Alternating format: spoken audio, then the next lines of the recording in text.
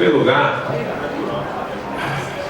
eu acho que a gente precisa mudar, senhores oficiais, praças e deputados, mudar algumas culturas dentro da nossa caserna.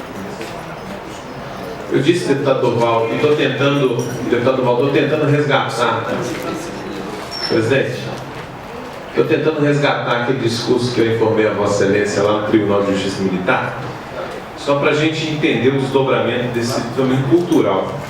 Quando o presidente do Superior Tribunal Militar, e Vossa Excelência não tem ideia da dificuldade de resgatar esse discurso. O general estava lá na posse do aniversário do Tribunal de Justiça Militar, ele foi orador oficial e disse o seguinte discurso: que os princípios constitucionais não devem adentrar os quartéis. Essa foi a fala, o nosso querido estava lá do meu lado. Os princípios constitucionais não devem entrar nos quartéis sob pena de ter uma enxurrada de advogados dentro dos quartéis. Se o presidente de um tribunal tão importante fala uma aberração, uma baboseira dessa, o general deve ter sido formado na masmorra, só pode. E a Comissão de Direitos Humanos, inclusive, vai representar contra ele no CNJ. Estamos tentando resgatar essa fala para poder fazer essa representação. Mas isso demonstra um pouco de uma cultura que precisa ser mudada, né? O militarismo, ele não pode ser sinônimo de esquecimento de direitos. Às vezes nos é exigido que a gente respeite os direitos do cidadão a quem a gente serve, mas às vezes a instituição não tem o mesmo zelo para conosco. Esse problema da visita tranquilizadora é um problema que vem se arrastando. E o comando da Polícia Militar está demorando a resolver esse problema, porque ela não é não é tranquilizadora nada, ela é fiscalizadora. Atormentadora. Isso é fato. Ela não vai lá, não é o oficial médico que vai lá dizer, não, como é que está seu pé, está doendo, não está? Não é não, é o oficial fileira, que no meio do serviço vai lá, o CPU, ou sei lá, o monstro que cada unidade dá para o oficial, vai lá fiscalizar. Esse é o fato. Se fosse realmente aquele sentimento, está precisando de alguma coisa, como é que você está? Você está em condição de ir na fisioterapia ou de ir no médico, a unidade pode te ajudar? Viu, Coronel William? Lamentavelmente, a ideia pode ser essa. Mas o que vem acontecendo não é isso.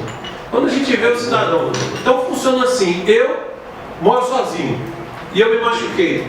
Eu tenho que informar para onde eu vou. Gente, em lugar nenhum do mundo isso existe.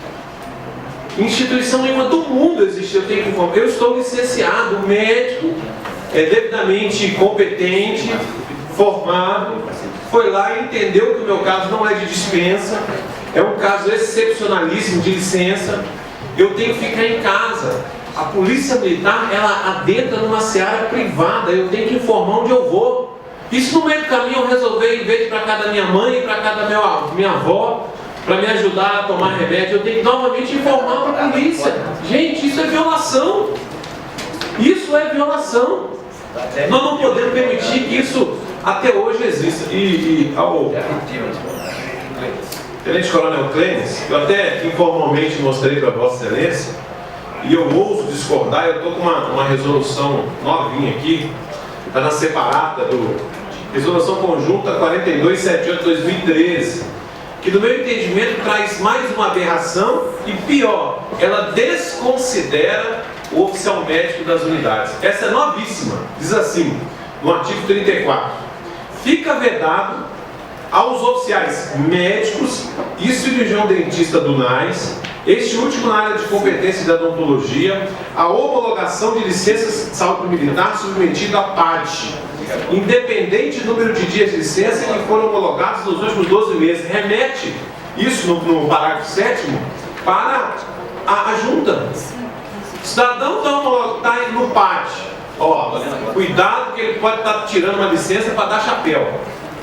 Essa cultura da polícia que eu não entendo. Não entendo. O oficial médico está ali, é competente. Eu não posso autorizar um médico, eu vou sobrecarregar a junta.